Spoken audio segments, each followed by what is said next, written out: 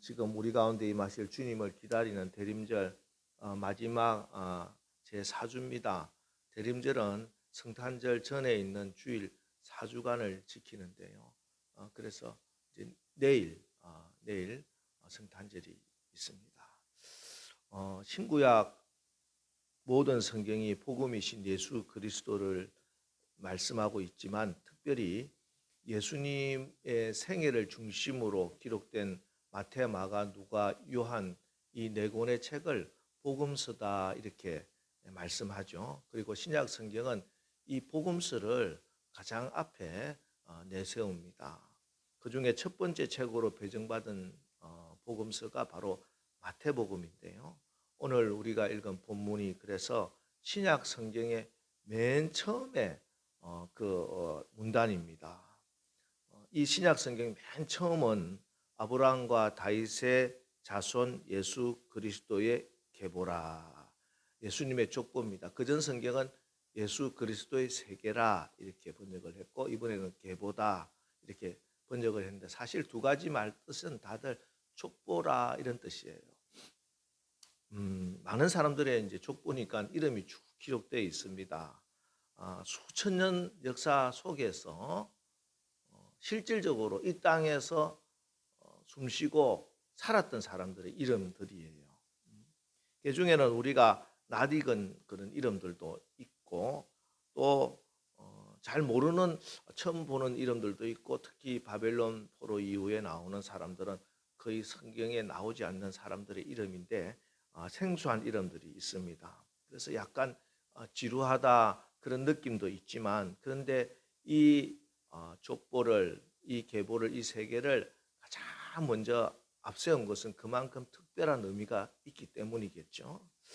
여러분들은 오늘 이 본문을 또 성경을 늘 읽을 때마다 자주 읽잖아요. 이 본문은 그래도 어느 만큼 어렵지 않게 그래도 자꾸 이 부분은 잘 넘어갑니다. 많이 읽었을 건데 이 본문을 읽을 때마다 여러분 느낌은 어떻습니까? 무슨 생각이 들죠? 뭐 지루하다. 이 사람은 잘 모르는 사람인데 이 정도 생각이 들 수가 많이 있을 겁니다. 그런데 대림절 기간에 특별히 이 본문을 제가 쭉 읽고 묵상하면서 제 마음에 든 생각은 기다림이라는 그런 말이었어요. 기다림.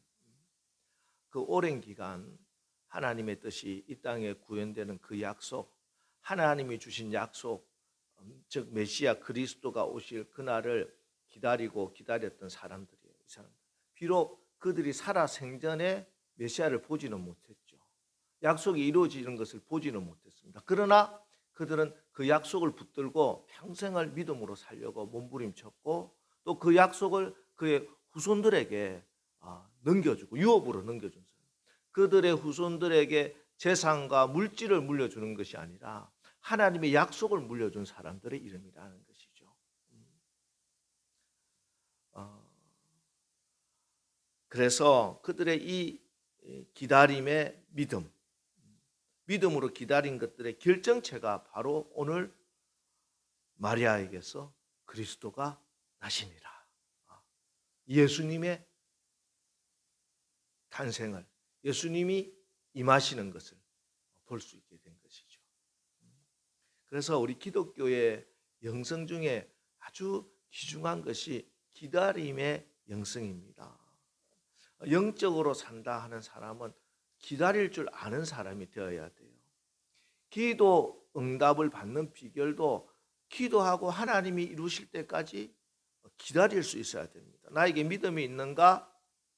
어떻게 아느냐? 내가 기도하고 하나님의 때를 기다릴 수 있느냐? 반드시 하나님께서 응답 주실 것이라고 믿음을 가지고 그 약속을 붙들고 기다릴 수 있는가? 이게 바로 나의 믿음의 척도가 되는 것입니다. 여러분 기억하십시오. 하나님은 반드시 가장 정확한 때, 가장 정확하게, 가장 좋은 때 우리에게 반드시 응답해 주십니다. 하나님의 일은 반드시 이루어진다. 일을 행하시는 여호와 그 일을 만들어 성취하시는 여호와시기 때문에 하나님은 반드시 하나님의 계획하신 그 일을 이루고야 합니다. 약속한 것은 반드시 이루어 주십니다. 그런데 그 약속의 시간이 우리가 생각하고 내가 기대했던 것과 다를 수가 있어요. 그러나 우리의 생각과 하나님의 생각은 다르고 하늘이 땅에서부터 높은 것 같이 하나님의 생각은 높으신데 언제나 하나님의 생각이 옳고 언제나 하나님의 생각이 맞습니다. 하나님의 때가 가장 좋은 때입니다. 그래서 진정 우리가 하나님의 은혜를 입으려고 하면은 반드시 기다릴 줄 아는 사람이 되어야 된다.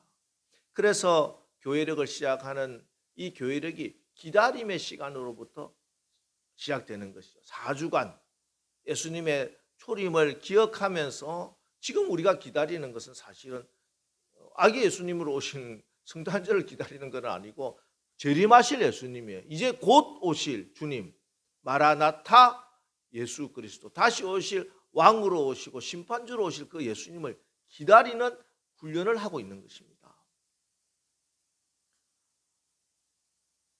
이 시간은 참 은혜로운 시간입니다. 왜냐하면 이사야 30장 18절 여호와께서 기다리시나니 이는 너희에게 은혜를 베풀려 하시며 일어나시리니 이는 너희를 긍휼히 여기려 하심이라. 대저 여호와는 공의의 하나님이시라. 무릇 그를 기다리는 자는 복이 있도다. 하나님을 기다릴 줄 아는 사람이 복 있는 사람입니다. 그런데 이 기다림이 사실은 우리가 기다리는 것 같지만 누가 기다리고 계시다고? 하나님, 여호와께서 기다리신다. 왜 기다리십니까? 이는 너희에게 은혜를 베풀려 하십니다. 지금 당장 내 생각대로 인간의 생각대로 일을 착착 해버리면 은혜가 안 된다는 말씀이죠. 하나님이 우리가 잘못하고 실수해도 결국에는 이 일이 은혜가 되게 하기 위해서, 진짜 축복이 되게 하기 위해서 우리보다 훨씬 더 갑갑해하면서 답답한데도 하나님이 기다리시면서 하나님의 은혜를 베풀어 주신다. 이게 사랑이에요. 사랑은 언제나 오래 참는 거예요. 사랑의 가장 우선은, 가장 본질은 오래 참을 수 있는 게 사랑입니다. 기다리지 못하고 참지 못하고 사랑이 없는 것이죠. 근데 사랑이신 하나님이시기 때문에 반드시 그 은혜가 우리에게 은혜가 되게 하기 위해서 끝까지 기다리고 계시는 것입니다. 여러분, 우리 하나님께 소망을 두시기 바랍니다. 하나님의 약속을 믿고 하나님이 이 일을 어떻게 하실지 기대하면서 눈앞에 펼쳐진 문제에 낙심하지 마시고 약속하신 하나님의 말씀에 소망을 두고 하나님을 기다리시는 복 있는 자들 되시기를 주의 이름으로 축원합니다. 오늘 대림절 마지막 주일 우리가 이 기다림의 사람들의 이름, 믿음의 사람들의 이름을, 그 족보를 우리가 읽고 그 족보 속에 담긴 하나님의 신비, 비밀을 좀 살펴보고자 합니다. 먼저 1절에 아브라함과 다윗의 자손 예수 그리스도의 계보라. 이 마태복음 1장 1절을 성경의 족보 연구가로 알려진 헬버그는 이렇게 번역하고 있습니다. 아브라함과 다윗의 이야기는 곧 예수 그리스도에 관한 말씀이라. 풀어서 이렇게 설명을 하고 있어요. 참 잘 설명했다고 저는 생각해서 늘 이 본문을 소개할 때마다 이분의 해석을 소개합니다. 그렇죠. 아브라함과 다윗에게 약속했던 그 모든 약속은 곧 예수 그리스도에 관한 약속이다. 예수님이 바로 그들의 약속이었어요. 여러 가지 약속들이 많이 있죠. 아브라함과 한 약속도 있고 다윗과 한 약속도 있는데 그 결국은 최종 목적은 바로 예수님이다. 아브라함이 가진 믿음, 결국 예수님을 믿는 믿음이었어요. 다윗에게 약속했던 그 영원한 왕국은 곧 예수님이 다스리시는 예수 그리스도의 왕국이었다는 것이죠. 그래서 아브라함의 이야기, 다윗의 이야기는 결국 예수님으로 인해서 완성이 됩니다. 아니, 아브라함이 된 이유도, 다윗이 된 이유도 예수님 때문입니다. 물론 시간과 공간의 제한을 받고 있는 우리들로는 아니 어떻게 미래가 원인이 되고 과거가 결과가 되는 것은 있을 수가 없죠. 과거에 있었던 일이 원인이 되어서 미래가 일어나는데 예수님보다 먼저 이 땅에 있던 사람들이 어떻게 결과가 될 수 있느냐 그렇게 생각하지만 시간과 공간을 창조하신 하나님께서는 하나님에게 있어서는 그 미래가 원인이 되어서 앞으로 오실 예수님이 원인이 되어서 지금 현재의 결과가 일어나게 되는 겁니다. 이건 충분히 가능한 일이에요. 그래서 아브라함도 다윗도 하나님의 은혜를 입은 자들이다 하는 것입니다. 하나님이 왜 은혜를 베풀어 주셨는가? 예수님 때문이에요. 은혜의 본질 되시는 예수님 때문에 그들은 하나님의 은혜를 입었습니다. 사실 아브라함과 다윗에게 있어서 일어났던 많은 일들, 하나님의 은혜가 아니면 그들에게 약속하신 약속이 성취될 가망성은 없었어요. 특별히 오늘 본문에 바벨론으로 사로잡혀 갔을 때는 하나님의 약속이 이루어질 수 있을 것이라고 아무도 생각할 수 없는 상황입니다. 나라는 망하고 성전까지 불타 없어졌어요. 포로 생활하고 있을 당시 아브라함과 다윗에게 주신 약속이 어떻게 이루어질 거라 누구도 상상하지 못해요. 하지만 하나님께서 한번 내려주신 약속은 어떤 불가능한 상황 가운데서도 반드시 이루어진다.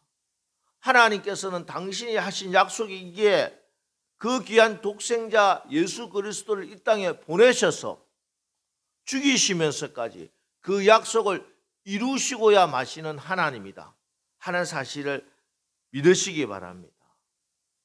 여러분, 이게 오늘 본문에 나오는 족보의 첫 번째 비결이에요. 하나님의 약속은 반드시 이루어진다.